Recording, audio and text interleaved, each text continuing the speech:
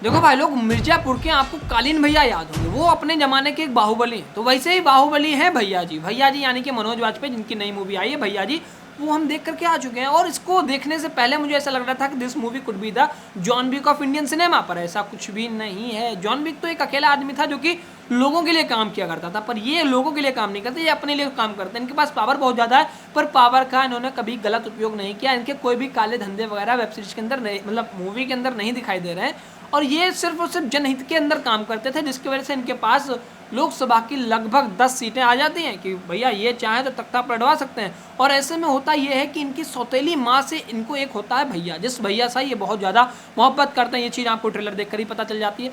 और उस भैया की लड़ाई हो जाती है एक बड़े पॉलिटिशियन के बेटे से, पॉलिटिशियन बोल सकते हो या फिर गुंडा बोल सकते हो, उसके बेटे से। और उसका बेटा उस भैया जी के भैया को मरवा डालता है। अब जब भैया जी को ये बात पता चलती कि ये कोई हादसा नहीं, एक्सीडेंट नहीं हुआ था, बल्कि मर्डर हुआ था। फिलहाल एक्सीडेंट की बात निकल के सामने आई तो हम पोर्श कार का नाम क्यों भूल जाएं, क्योंकि एक्सीडेंट तो वहाँ पर भी हुआ है। एंड वही चीज़ समझ लो, थोड़ा बहुत आप रिलेट कर पाओगे। अगर आप मूवी की स्टार्टिंग पार्ट देखोगे तो आपको लगेगा कि एक अमीर बाप के औलाद ने एक गरीब लौंडे को मार दिया। तो इसमें आपको दूसरे साइड का एंगल भी दिखाई देगा कि भैया गरीब के साथ में कितना बुरा हो रहा है। उसकी फैमिली में से एक मेंबर चला गया, 2 मेंबर चले गए, तो कितना बुरा फील हो रहा होगा उसकी फैमिली को। और वहीं पर जिसने एक्सीडेंट किया वो भी दारू पी करके 200 की स्पीड चलाने के बाद उसको बेल मिल गई फटाक। बाद में बेल कैंसिल हो गई, बात अलग की, लेकिन बाद में फिर ड्राइवर भी आ रहा है। तो ये सारी चीजें आपको मूवी के अंदर भी दिखाई देंगी कि कैसे एक अच्छे खासे एक्सीडेंट का जो इल्जाम है वो ड्राइवर अपने ऊपर ले लेता है, क्योंकि ड्राइवर की मजबूरी है, गरीब आदमी हमेशा गरीब रहेंगे। तो गरीब का और अमीर का फर्क अगर आप यहाँ पे देखना चाहोगे, दिखेगा आपको रियल लाइफ के अंदर भी,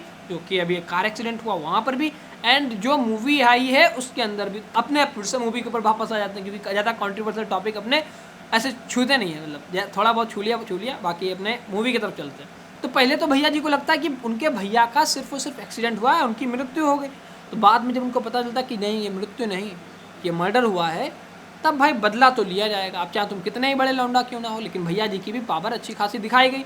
भैया जी भी पिटते हैं, मारते हैं, इधर उधर जाते हैं और काम रफा दफा कर लेते हैं। हमको अभी तक ये लग रहा था कि जैसे जॉन विक के अंदर वो अकेले लड़ता है ना पूरे सिस्टम के अंदर, कि पहले उस गुंडे के लड़के को मार देगा, फिर उसके बाद गुंडा अपनी आर्मी छोड़ देगा, फिर उससे लड़ाई लड़ेगा। लेकिन इनके पास तो खुद की अपनी अच्छी खासी आर्मी है। वो बात अलग है कि आर्मी पूरी की पूरी गाँव में रहती है, इनको लड़ना अकेले ही पड़ता है। और इनके पार्टनर का बहुत अच्छा रोल दिखाया गया, जो कि 10 साल से इनका इंतजार कर रही थी भैया जी का कि अब शादी कर लें, अब शादी कर लें। शादी नहीं हुई, उसके बाद भी जब ये अपने मिशन पे निकल जाते हैं भैया जी अपने भैया का बदला लेने के लिए, तब भी वो महिला इनका इंतजार करने को तैयार होती है कि कैसे भी करो, हम तो आपके साथ रहेंगे और हम आपका इंतजार आगे तक करते रहेंगे। शायद यही होती है मोहब्बत। तो मोहब्बत की थोड़ी सी झलक, थोड़ी नहीं बहुत ज़्यादा झलक है। इनके इमोशंस आप भी फील कर पाओगे अगर आप देखते हो मूवी को, कि किस तरह से भैया जी फील करते हैं अपने छोटे भाई के लिए। सौतेला भाई जरूर है, लेकिन फील उनके अंदर बहुत ज़्यादा है।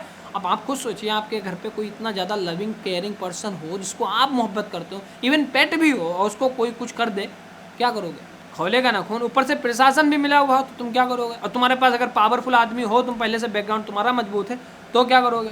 आम आदमी तो बेचारा धक्के खाता रहता है, वो एक बेल तक नहीं रुकवा सकता कि भैया इसको बेल मत दो, इसने 200 की स्पीड में दारू पी करके एक्सीडेंट कराया, उसकी नहीं बस की। लेकिन अगर आप पावरफुल हो तो आप अपनी पावर का उपयोग जरूर करोगे। तो वैसा ही कुछ मूवी के अंदर दिखाया गया, थोड़े एक्स्ट्रा स्लो मोशंस के साथ में साउथ को कॉपी करने का ट्राई किया, मतलब जिससे साउथ की मूवीज चलती हैं। क्योंकि आज के टाइम पे आप देखोगे इंडियन सिनेमा के अंदर तो बॉलीवुड का नाम इतना ज़्यादा नहीं है, साउथ की मूवीज़ का नाम बहुत ज़्यादा है। साउथ की मूवीज़ ज़्यादा चल रही है, चाहे पुष्पा हो गई, एनिमल भी साउथ ही में चला गया। एक्टर भले इधर से आया पर वो मूवी साउथ में ही काउंट, क्योंकि तो ऐसे बहुत सारी मूवीज़ हैं जो साउथ की पॉपुलर बनी।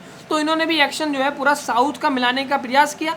लेकिन मैं मानता हूँ कि भाई साउथ की वाली बात है नहीं मूवी के अंदर उतनी ज़्यादा। लेकिन हाँ, देखोगे तो पैसा वसूल हो जाएगा, आपका इमोशंस के तार को टच करती है मूवी कहीं ना कहीं।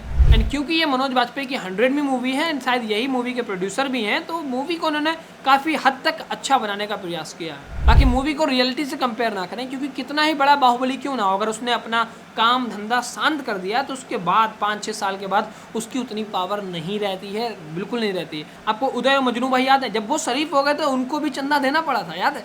खैर, ये तो भैया जी की कहानी है, सिनेमा की कहानी है, तो कुछ भी हो सकता है। आपने अगर मूवी देखी, आपको कैसी लगी कमेंट बॉक्स में बताइए। हमारी वीडियो अच्छी लगी लाइक कीजिएगा, चैनल पे पहली बार हो चैनल को सब्सक्राइब करिएगा। बाकी दोस्तों इस वीडियो के अंदर इतना ही, मिलता है अगली वीडियो के अंदर, तब तक के लिए बाय बाय।